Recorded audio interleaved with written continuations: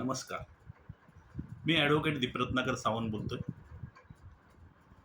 आपला कायदा आपला फायदा यामध्ये मी आज आपल्याला मृत्यूपत्र म्हणजेच इंग्लिशमध्ये त्याला विल म्हटलं जातं, याबाबत थोडक्यात माहिती देण्याचा प्रयत्न करणार आहे.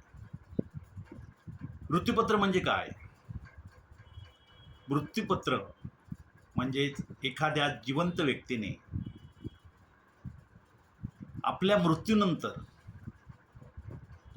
आपली मालमत्ता किंवा घर, जमीन, दागिने, पैसा कोणाला देण्यात यावा याबाबतचा निर्णय लेखी स्वरूपात ठेवलेला पुरावा म्हणजेच मृत्यूपत्र. मृत्यूपत्र ही कोणतीही सज्ञान व्यक्ती करू शकते. म्हणजेच जी व्यक्ती 18 वर्षावरील आहे ती व्यक्ती मृत्यूपत्र तयार करू शकते. परंतु जी व्यक्ती मृत्यूपत्र तयार करणार आहे तिची मनस्थिती शुद्ध किंवा चांगली असावी. म्हणजे थोडक्यात ती मनोरुग्ण किंवा मनोविकार वगैरे झालेला नसावा तिला. आणि याकरिताच मृत्यूपत्र बनविण्यापूर्वी साधारणतः 24 तास अगोदर एखाद्या नोंदणीकृत डॉक्टराकडून जी मृत्यूपत्र बनवणार आहे त्या व्यक्तीने तिच्या नावे प्रमाणपत्र सादर करणे म्हणजेच वैद्यकीय दाखला सादर करणे आवश्यक असतं. आणि हा वैद्यकीय दाखला त्या मृत्यूपत्रासोबत जोडला जातो.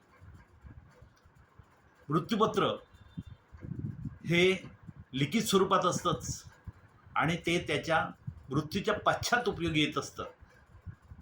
त्यामुळे मृत्यूपत्र हे कशाप्रकारे बनवावं, त्याला कोणते अधिकार आहेत, हे आपल्या इंडियन सक्सेशन ॲक्ट 1925 मधील कायद्यामध्ये सविस्तररित्या सांगण्यात आलेलं आहे. मृत्यूपत्र बनवल्यानंतर त्याचं संबंधित व्यक्तीने, मृत्यूपत्र बनवणाऱ्या व्यक्तीने वाचन करून घ्यावं. वाचन करून झाल्यानंतर समजा ती अशिक्षित असेल तर तिने दुसऱ्याकडून वाचन करून घ्यावं आणि त्या मृत्यूपत्रावर स्वाक्षरी करणे आवश्यक आहे. आणि स्वाक्षरी करताना तिने 2 साक्षीदारांसमोर स्वाक्षरी करावी. कारण त्या मृत्यूपत्रावर मृत्यूपत्र बनवणाऱ्या व्यक्तीची स्वाक्षरी आणि त्या साक्षीदारांची पण स्वाक्षरी असते.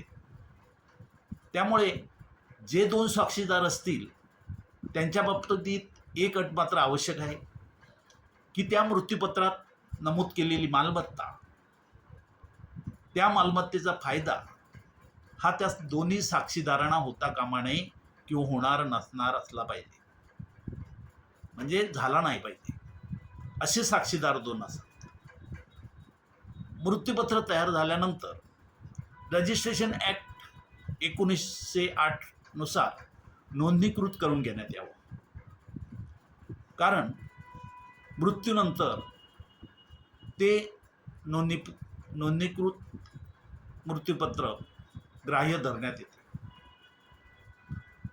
एखादी व्यक्ती मृत्यूपत्र बदलू शकते किंवा रद्द पण करू शकते. एखाद्या व्यक्तीने 2 मृत्यूपत्र बनवली तर दुसऱ्या क्रमांकाला जे मृत्यूपत्र बनवले असेल तेच ग्राह्य धरलं जातं आणि त्यामध्ये पहिलं जे बनवलेलं मृत्यूपत्र असेल ते ऑटोमॅटिक रद्द समजण्यात येतं. याबाबतचा उल्लेख त्या मृत्यूपत्रात करण्यात आलेला असतो. त्यामुळे या मृत्यूपत्राबद्दल थोडक्यात माहिती सांगण्याचा मी प्रयत्न केला आहे. अशाच माहिती जर आपल्याला आवश्यक असेल तर कृपया माझ्याशी संपर्क साधावा किंवा आपले अभिप्राय मला कळवावेत. धन्यवाद.